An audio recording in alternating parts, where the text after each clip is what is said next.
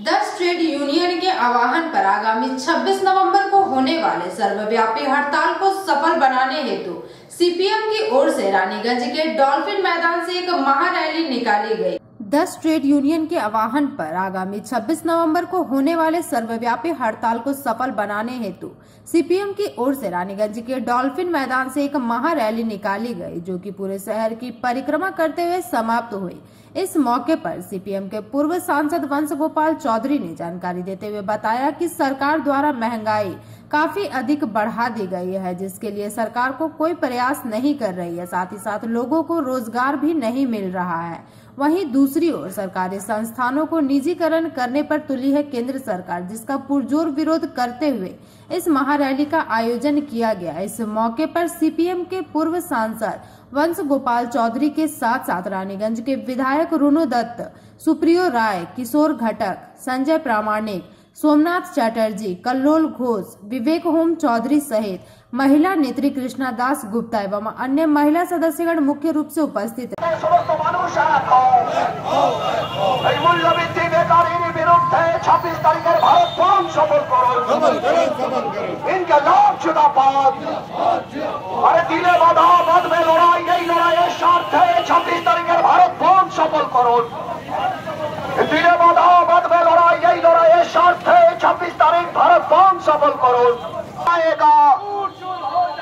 अरे जो हमसे टकराएगा, अरे लोई लोई लोई चाय, लोई लोई लोई चाय।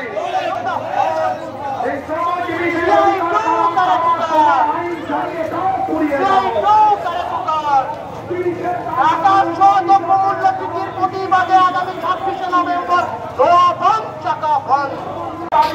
26 তারিখ ভারত বন্ধ সফল করুন। গ্রামের মতো শহর অঞ্চল কর্মসংস্থানের 2 দিন করে কাজ দেওয়ার দাবিতে 26 তারিখের ভারত বন্ধ সফল করুন। বেকারের হাতে কাজ দেওয়ার নির্বাচনে প্রতিশ্রুতি কোথায় গেল? আলুর দাম 40 টাকা হলেও তোমরা নীরব কেন? তৃণমূল বিজেপি জবাব দাও। 2010 সালের নভেম্বরে সিপিএম এর রাজত্বে আলুর দাম 6 টাকা থাকলেও এখনো 40 টাকা হলো, তোমরা নীরব কেন? তৃণমূল বিজেপি জবাব। বিএসএনএল কে লাটে তোলা হলো কেন? মোদী সরকার জবাব দাও। অবিলম্বে টাকা করে দেওয়ার দাবিতে আগামী 26 নভেম্বর সারা ভারতবর্ষব্যাপী সাধারণ ধর্মঘট সফল করুন।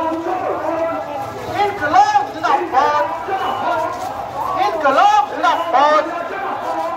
এশিয়াই তো কারণকার। এখন আমাদের কেন্দ্রীয় বিজেপি সরকার তারা কয়লা, রেল এবং অন্যান্য যে সরকারি সংস্থা আছে, তেল সহ সমস্ত ক্ষেত্রে বেসরকারিকরণের একটা বড় সিদ্ধান্ত নিয়েছে তারা, এবং নানাভাবে দেখা যাচ্ছে যে কয়লা শিল্পে বাণিজ্যিকরণের প্রক্রিয়া শুরু হয়ে গেছে। ছত্তিশগড়ে নিলাম করা হয়েছে।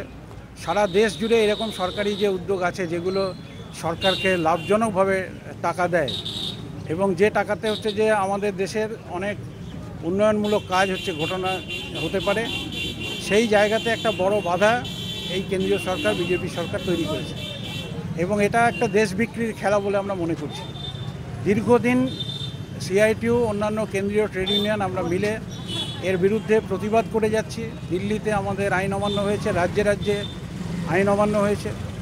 আর এই করোনার সময়ে বহু শ্রমিক তারা কাজ হারিয়েছে।